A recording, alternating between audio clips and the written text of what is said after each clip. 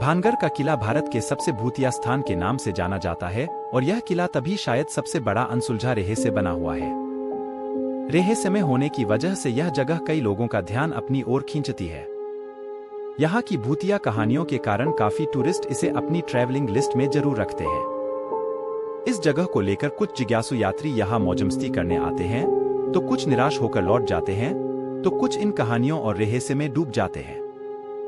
अगर आप भी इन यात्रियों में एक हैं, तो जल्दी से इस किले में घूमने का प्लान जरूर बनाएं। अधिकांश लोगों का मानना है कि भानगढ़ किला भूतिया है और इसके अनेकों किस्से की वजह से लाखों लोग यहाँ घूमने की इच्छा रखते हैं। सूर्यास्त के बाद किले में प्रवेश करना बहादुरी और बेवकूफी का काम है, क्योंकि इसे पैरानॉर्मल एक्टिविटी का केंद्र माना जाता है। यही वजह है कि आर्कियोलॉजिकल सर्वे ऑफ इंडिया ने रात को यहाँ जाना बैन किया है।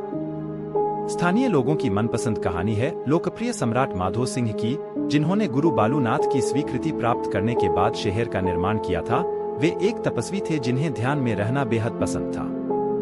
संत ने अपनी स्वीकृति इस शर्त पर दी कि महल की छाया उनके प्रार्थना स्थल पर नहीं पड़नी चाहिए। अगर ऐसा हुआ तो महल तहस-नहस हो जाएगा। कुछ लोगों को लगता है कि कोई उनका पीछा कर रहा है और उन्हें पीछे से थप्पड़ मार रहा है। वहां से अजीब सी गंध भी आती है, ऐसा स्थानीय निवासियों का कहना है।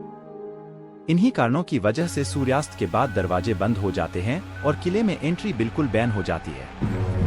हालांकि यह कहानियां मनगढ़ंत हैं या असल, इस बारे में तो कोई कुछ भी नहीं कह सकता। जब महल का निर्माण पूरा हुआ तो उसकी छाया संत के प्रार्थना स्थल पर पड़ गई और भानगढ़ उसी समय तहस-नहस हो गया। संत के क्रोध को झेलने के बाद भानगढ़ तुरंत एक शापित शहर में बदल गया और इसे फिर से नहीं बसाया जा सका, क्योंकि इसमें कोई भी संरचना कभी भी जीवित रहने में कामयाब नहीं हुई। हैरानी की बात तो यह है कि बालूनाथ का तपस्या स्थल अभी भी खंडहर अवस्था में देखा जा सकता है। वैज्ञानिक भानगढ़ की कहानियों को खारिज करते हैं, लेकिन गांव के लोग अभी भी इस किले को भूतिया मानते हैं। स्थानीय निवासियों का कहना है कि उन्होंने एक औरत के चिल्लाने, चूड़ियां तोड़ने और रोने की आवाजें सुनी। साथ ही उनका कहना है कि किले से संगीत की आवाजें भी आती हैं और कभी-कभी उन्हें परछाइयां भी दिखाई देती हैं।